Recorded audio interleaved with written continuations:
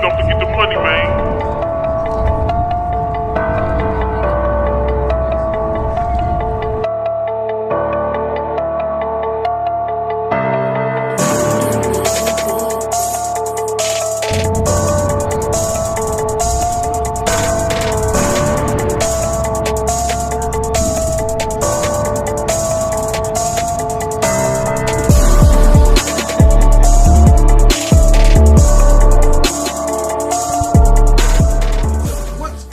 Clark here at the new Matt Clark. How are each and every one of you doing on this amazing Sunday?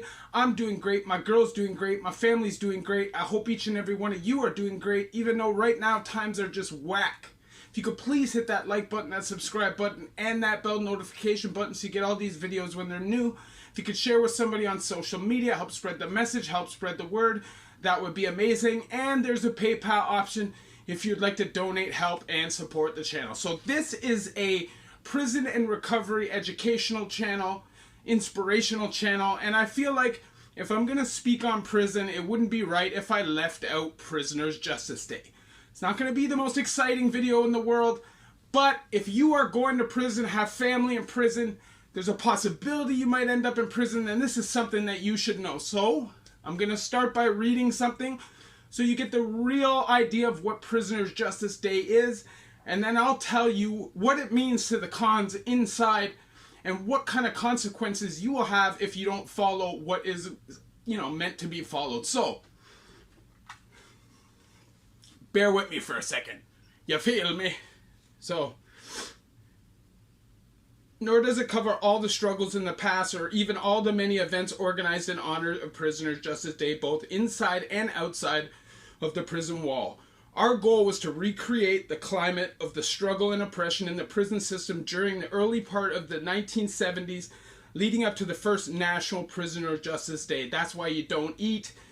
It is just as a sign of respect to the people who have lost their lives for the cause. Whenever you find the shackles of oppression, you also find the spirit of resistance. There are a great many prisoners who were and are still involved in the struggle of prisoners' rights within the walls. Out of respect for these prisoners, we have decided to tell the story without naming them personally, except in the cases of Eddie Nowlin, Bobby Landers, Jack McNeil, Howard Brown, Jack McCann, Leonard Peltier, and Dino and Gary Butler. As seen throughout the history of this movement, all prisoner protests, whether peaceful or not, hold the threat of serious repercussions from prison administration. Documentation for the history of struggle came from many sources. First of all, from our own involvement in organizing on the outside, as well as from the experiences of the prisoners' rights activists. Many of the struggles outlined here are well documented in the numerous books about Canada's prisons.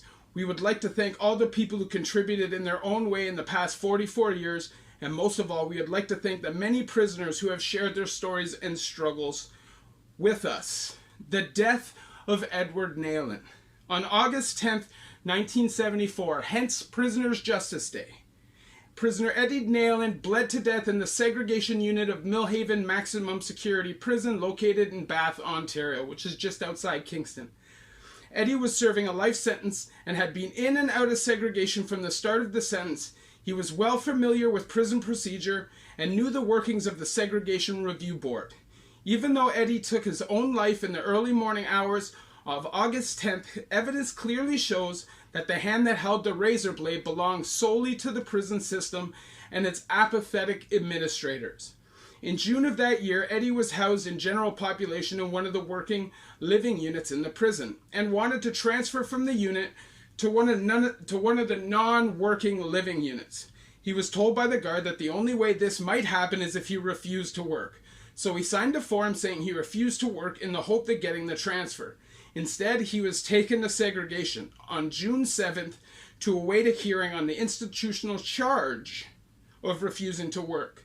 On June 14th, he was tried in the warden's court and given the maximum penalty for a lifer, 30 days in solitary confinement, the whole, with restricted diet, which is like, they're probably going to give you bean cake and water. And bean cake is literally just beans and protein baked into some nasty ass loaf. You get that a couple times a day with water. On or about the 14th of July, He was released from the hole and sent back to segregation, so obviously the hole is a darker form of segregation. On the 24th of July, the Segregation Review Board dealt with Eddie's case and recommended that he be left in segregation, but added that if he wanted to get out of segregation, he should make a request to that effect. On July 28th, Eddie sent a note to the classification officer asking to get released back to general population. That note was reviewed on July 29th. The Inmate Training Board dealt with the case on the 34th and recommended the transfer. Releases from segregation in that prison normally took place on a Friday between July 31st and August 10th. No one in the institution communicated to Eddie that he had been ordered to be released from segregation.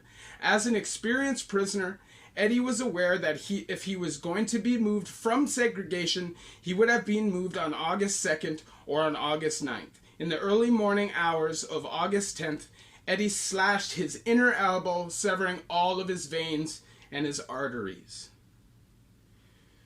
August 10th, 1975. On the first anniversary of Eddie's death, August 10th, 1975, prisoners at Mill Haven refused to work, went on a one-day hunger strike, and held a memorial service, even though it would mean a stint in solitary confinement.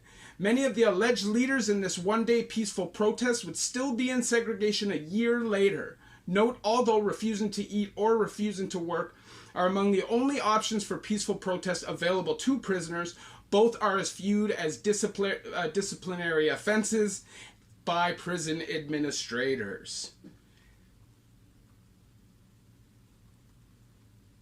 And then on August 10th, 1976, 2 years after Eddie Nayland's death, thousands of prisoners across Canada went on a one-day hunger strike. Prisoners' Justice Day committees were formed in Quebec, Ontario, and British Columbia to organize community events to draw attention to prisoners' concerns. Prisoners' Justice Day became International Day of Solidarity with Prisoners, and in 1983, prisoners in France refused to eat in recognition of August 10th, and by the mid-1990s, prisoners in parts of Germany, England, and the United States would join in these protests. And that is just one story. Ed Nayland, there's many more. If you want to look it up the John Howard Society about Prisoners' Justice Day. It also had a lot to do with the prison riots of Kingston, and I think in the late 70s, which led to many inmates being killed. And believe me when I tell you, on Prisoners' Justice Day, August 10th, you are expected not to eat. The only people that get the bly are people that have diabetes or medical concerns that require them to eat.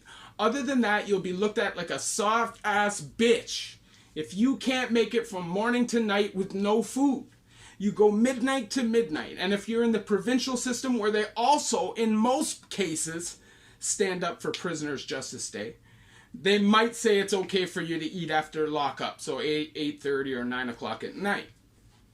But if you're doing time in prison and you have a TV and you have a phone card, you have a stereo and you're rocking your own clothes and your jewelry, you're getting PFV visits, if you get all of this good stuff that wasn't around in the 70s, that convicts didn't get in the 70s, and that a lot of inmates lost their lives over, then the least you should do if you're locked up behind those walls is not eat on August 10th. That's just facts. Prisoners' Justice Day means a lot to a lot of people, and some people will hurt you if you are caught eating on those days. I have a buddy from Ottawa who caught an aggravated assault charge because they beat someone to within an inch of his life because he decided that he was going to eat in front of them and didn't care what they said, didn't take their threat seriously, and took serious brain hemorrhaging and damage from that beating. And I'm telling you, if you go across prisons, every prison in this world that recognizes Prisoners' Justice Day as a national day of solidarity, and they're actual convicts, and you eat in front of them, you're going to take a beating. So anybody who's going into prison, understand this. It doesn't matter if you're in for 5 days, 2 days, for driving tickets or for real con stuff. Doesn't matter if you're actually a convict or just a civilian who got caught up in some fraudulent stuff. It doesn't matter. You're locked up behind the walls August 10th. You don't eat. Like I said, you can drink water, you can drink coffee. That is it. So what you want to do, because most cart food on most ranges is getting pushed out the doors. It's not even coming in the blocks. Some blocks, might take out the apples and whatever they can take, like bread and stuff like that, and disperse it evenly at lockup. But most ranges won't even do that. You may have the occasional young guy range that says screw it, doesn't stand for nothing as a convict, doesn't care who got them their rights or the fact that they can talk to their girls or even sleep with their girls. Those are the kind of people that, they can't stand for anything. They don't have morals and principles because they don't look at things that deeply. If you're a free thinker and you're somebody who understands what you get nowadays as a convict in Canada, which is a lot considering you're locked up. A lot of people in society would say it's crazy if they knew half the stuff that we got. And it's not like we get all kinds of crazy stuff, right? We don't, but we survive, right? We eat decently now. You can see and sleep with your girlfriend. You can bring your families in for weekends. You get socials. You have a phone card, so it's cheaper. You don't have to call collect. The burden isn't on the people on the street. There's just lots of things that we get nowadays because of this stuff. So stand for something. And on Prisoners Justice Day, if you're locked behind the walls, do not eat. I recommend it not only for solidarity, but also for your safety. I do these videos sharing my experiences with you guys, so you guys don't have to live these things yourself. Obviously, my number one goal would be for people to never go to prison. But the fact is, that's never going to happen. People are in bad situations. People are addicted to things. And money sometimes just isn't there for people who are legitimate. Because they might not even might not even know how to make money legitimately. Right? And sometimes you got to do what you got to do. But hopefully these videos will prepare people, if they are going to prison, prepare families to understand what their loved ones are going through. Prisoners Justice Day is a serious thing.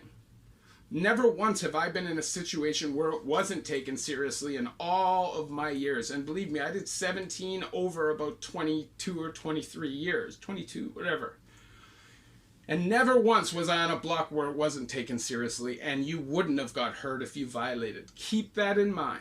Love each and every one of you. The new Matt Clare.